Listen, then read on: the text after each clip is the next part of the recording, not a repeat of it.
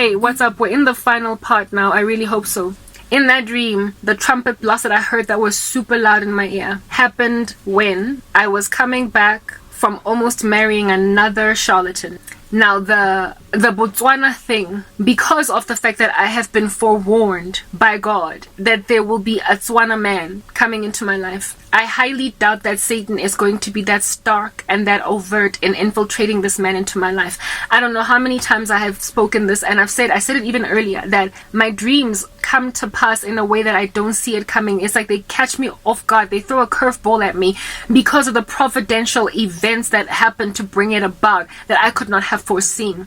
And the ultimate end goal of what my dream showed me happens, but the details that led to it are mixed together in a bizarre way. I use that analogy with, for instance, shopping online, being given a dream that I'm going to meet an American at a mall, and then how it is that it comes to pass in my waking life sometimes is I'd be shopping on the internet to purchase something, and then at the same time that I'm making an online purchase, I will then get a direct message from an American, and so the dream comes to pass where it is that I met an American at an environment where I would do shopping. That's how my dreams come to pass. So I literally cannot forewarn myself or pre-plan to prevent them, because I might have in my dream actually been like flown to Botswana, and I could be expecting that a man that is currently living in Botswana would DM me, tell me he's from Botswana.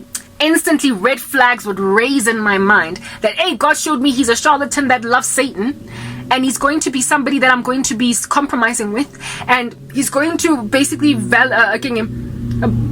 etch into the ground the loss of family, and I don't want him, so I'm just going to avoid him so that I can just wait for the rapture right here in South Africa and not even bother to go to Botswana. I could be telling myself that these red flags flailing all over the show are going to be stuck at me, and then in waking life how it would come to pass would be that this guy is from Botswana, but he's in South Africa, and if he does not divulge that he is from Botswana, I would never know that he's from there. And how it is that I would fly over to him would be that I would be happy to accommodate his proposal and his pursuit of me, and we would start to make arrangements, and people in his life would meet me, but there would be a quietness about him concerning the reality of what's going on. Or he might even be a dude that is from Botswana but living in Nigeria, or from Botswana but living in Ethiopia, or living in Australia, and where it is that I would get flown would be Australia and not so much Botswana,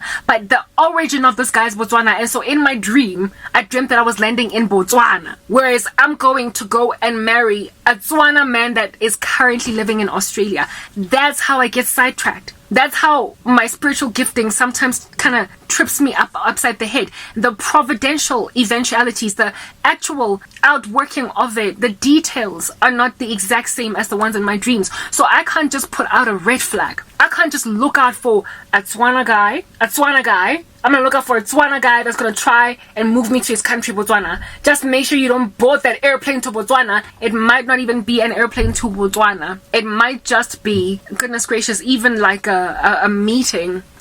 What is this? Of a man that looks something that just has to do with Botswana. Or he could be living in South Africa, speaks a whole bunch of Zulu, but his mom and dad are from Botswana, his family's from Botswana, and I don't find this out until he has proposed marriage to me. I don't know. Like, the way that things come to pass for me is I only found out once I'm in it. So for me, it's like, shall I avoid them all? Shall I avoid them all? Botswana was very stark, but I seriously doubt in waking life that it would be that like black and white as it is in my dreams. They come to pass, my dreams, but they always throw a curveball at me such that I can't avoid them. I only realize once I'm experiencing the reality that, oh my goodness, this is fulfilled from the dream I had. That's why I'm not really sure how to look out for this. The only really clear event that was shown me was the 1.14k subscribers on YouTube. That is the only, I mean, that's not something that can can be like duped or 1.14 subscribers is 1.14 subscribers. 1,140 subscribers is 1,140 subscribers.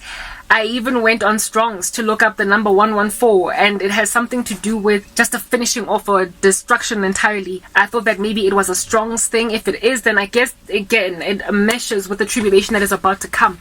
But that was the only clear sign that I got. The rest of it was that a charlatan is going to slip into my DMs, and I'm going to accommodate him, and he's going to have strong links to Botswana. Strong. But in waking life, it might not even look that way. The airport that we were in, there was nobody in it other than him, and he was the check-in staff. He was the one that was basically the only employee at that airport, and he boarded me on an airplane, and this airplane had many people in it. So it tells me that they're likely, remember, when I arrived in Botswana, I just arrived in Botswana. It wasn't at an airport, but at the end of the dream, we were in an airport and it was just me and this guy. Airports don't have just one person in it, or even just one passenger. So that speaks volumes about likely there is no airplane involved. There likely might not even be any travel involved. Me flying over to this guy's camp might actually just be symbolic, because it was just him and I in the airport. But he transported me from his house to the airport, almost suggesting, but remember, I avoided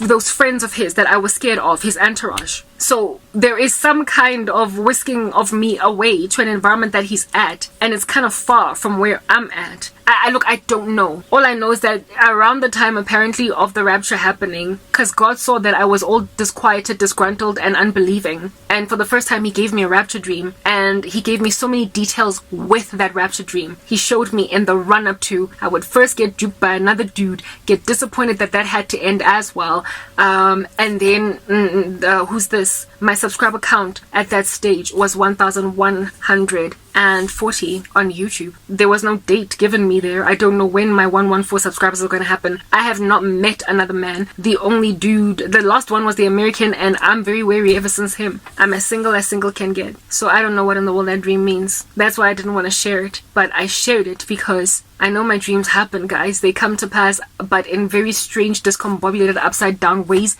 in comparison to how it is that I dreamt them. So when this thing comes to pass, we shall unpack it. And if it comes to pass, it means I'm home. So perhaps maybe this video is to encourage or inspire the left behind to repent, because God will have shown me in very, very great detail everything that would happen in the run-up to the rapture. But at this point, I'm like, why would I accommodate another charlatan in my life? The only way that this charlatan would prosper to slide into my DMs after the dream I just got is if the details in the dream don't happen in exactly the fashion I saw in my dream. That's the only way that I would get duped. But I always get duped, so I don't know. I don't know how many times I've said this. God is not intending on fixing things on the ground. He's intending on extracting us. He didn't give me a husband. He didn't give me children. He gave me eternal redemption. Guys, as in, I don't know. I have a very strong feeling that we are going home, and that my life is never going to be fixed, only because it was not ever intended to be fixed, because my inheritance and my redemption and my deliverance is in an eternal perfect plane. And I have done many videos explaining what that plane looks like, what the millennial reign looks like. And God has also shown me that in the millennial reign, believers who did not get their full of joy on the earth are going to get it in the millennial reign, including families. So I don't know. Do the mathematics. I shall try and continue to do it, but that is my one very long dream, and those are the details, and we can do with them what we want. As time progresses, we will then continue to go back to this dream. I hope you've been edified. In the name of Christ, I'm signing out. Crank K. Peace.